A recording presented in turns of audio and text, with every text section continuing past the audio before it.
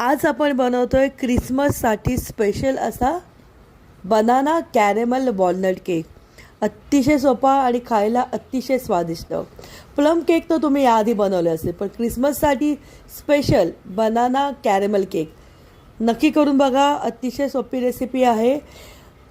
खूप सुंदर होतो केक. अतिशय स्पॉन्जी केक तयार होतो. यासाठी लागणारं साहित्य सगळ्यात पहिल्यांदा इथे आपण यूज केलेलं आहे हे सगळं साहित्य, ज्यामध्ये मी 100 ml अर्धा कप तेल घेतलेलं आहे. रेग्युलर खायचं तेल आहे. वॉलनट 3 ते 4 टेबलस्पून आहे. 1/4 टीस्पून आपण इथे घेतलेला आहे दालचिनी पावडर. हाफ टीस्पून आपण घेतलं आहे बेकिंग पावडर. 1/4 टीस्पून खायचा सोडा. 2 टेबलस्पून आपण इथे घेतलेलं आहे दूध. 110 ग्रॅम घेतलेला आहे मैदा आणि 100 ग्रॅम घेतलेले आहे आपण साखर. बस एवढंच फक्त साहित्य लागणार आहे. डिस्क्रिप्शन बॉक्समध्ये डिटेलमध्ये रेसिपी मी शेअर केलेली आहे. 1 कप भरून मी घेतलेला आहे इथे मैदा. मार्केटमध्ये रेड रंगाचे कप येतात, त्या कपच्या प्रमाणामध्ये मी इथे घेतलेला आहे. अर्धा कप जो तुम्हाला व्हिडिओमध्ये दिसतोय तो अर्धा कप भरून मी इथे घेतलेला आहे तेल आणि अर्धा कप भरून मी घेतलेली आहे साखर. तर चला सुरुवात करूया.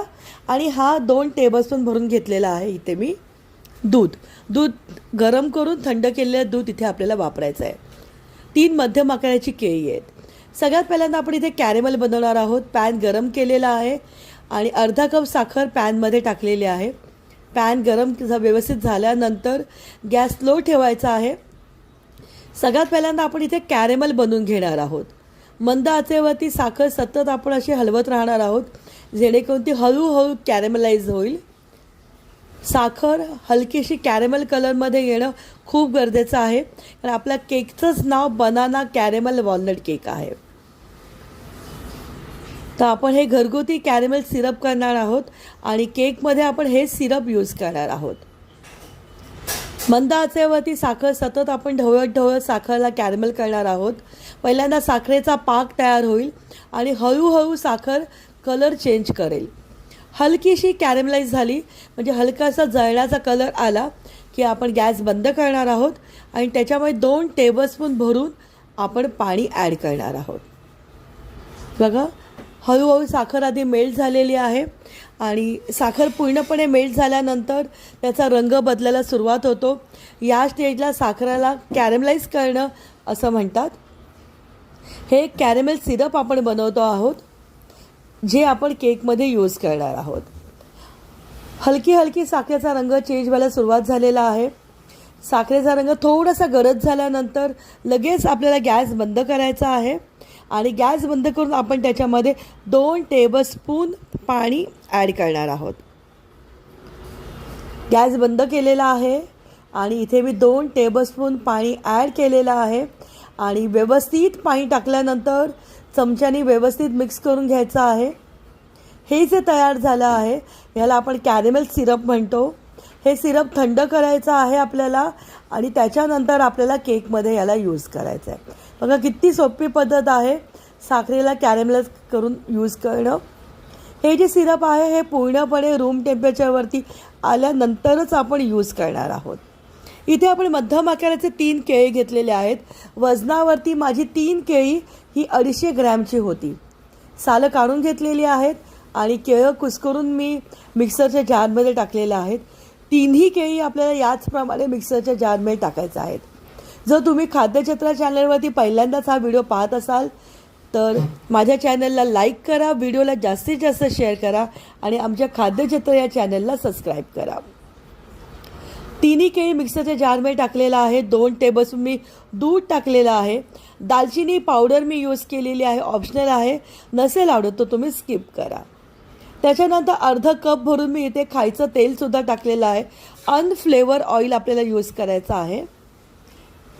सनफ्लॉवर ऑइल तुम्ही घेऊ शकतात.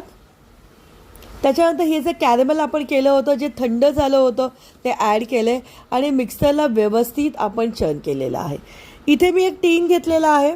टीनला आतून व्यवस्थित ग्रीसिंग केलेलं आहे आणि ग्रीसिंग झाल्यानंतर त्याच्यात थोडंसं आपल्याला मैदा टाकायचा आहे. अशा प्रकारे आपण हा टीन तयार केलेला आहे. हा जो केक आहे अर्धा किलो वजनावरती तयार होतो.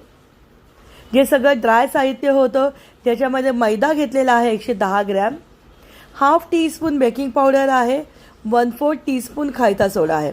व्यवस्थित मी याला सगळ्याला चाळून घेतलेलं आहे. हे सगळं करत असताना माझ्याकडे OTG आहे.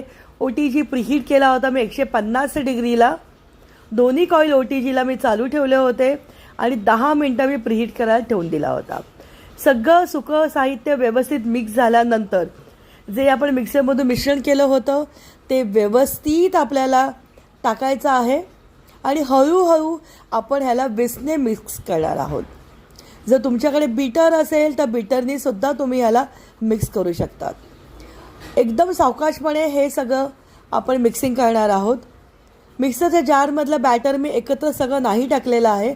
मी 2 वेळा हळूहळू ह्यामध्ये ॲड केलं होतं. 2 वेळा व्यवस्थित आपण हे साहित्य हळूहळू टाकलेलं आहे. सगळं व्यवस्थित आपल्याला मिक्स करायचं आहे. हा केक खायला अतिशय छान लागतो. नक्की करून बघा आणि तुम्ही माझी रेसिपी पाहून जर केक बनवला असेल तर तुमचे फोटोज माझ्यापर्यंत शेअर करा. जो केकचा टीन आपण ग्रीसिंग करून ठेवला होता त्याच्यामध्ये सगळं बॅटर आपण शिफ्ट करूया. व्यवस्थित टीनच्या शेपवर त्याला देऊया. वरतून मी थोडेसे वॉलनट टाकले होते 3 टेबलस्पून. जर तुम्हाला वॉलनट नसेल आवडत तर तुम्ही कुठलेही ड्रायफ्रूट्स ॲड करू शकता. वॉलनटच्या वरती थोडासा मैदा टाकला होता. डस्टिंग केलेला मैदा लावल्यामुळे काय होतं, हे जे वॉलनट आहेत केक बेक होताना खाली जाणार नाहीत, हे वरतीच राहतील. वॉलनटच्या जागी तुम्ही कुठल्याही प्रकारचे ड्रायफ्रूट तिथे यूज करू शकतात. हे फक्त प्रेझेंटेशनसाठी आहे. तर अशा पद्धतीने आपला caramel banana walnut cake ready झालेला आहे. याला मी बेक केलं होतं 150 डिग्रीवरती दोन्ही कॉईलवरती कमीत कमी 25 मिनटं. मला 25 मिनटं लागली होती केक बेक करण्यासाठी. साधारणतः 20 मिनटं झाल्यानंतर मी टूथपिक टाकून चेक केलं होतं की केक माझा बेक झाला आहे की नाही. 20 मिनटांनंतर थोडासा बेक व्हायचा बाकी होता, तर अजून मी त्याला 5 मिनटं बेक केलं होतं. तुमच्याकडे OTG नसेल तर तुम्ही मायक्रोवेव्हमध्ये 160 डिग्रीला करू शकतात. जर तुमच्याकडे कुकर असेल तर हा केक तुम्ही कुकरमध्ये सुद्धा बेक करू शकतात. खायला अप्रतिम असा हा बनाना वॉलनट केक तयार झाला आहे. एक स्लाईस तुम्हाला कापून दाखवते. बघा किती सॉफ्ट झालेला आहे. आतपर्यंत केक आपला जाळीदार झालेला आहे आणि अतिशय सॉफ्ट असा हा बनाना कॅरेमल केक रेडी झालेला आहे.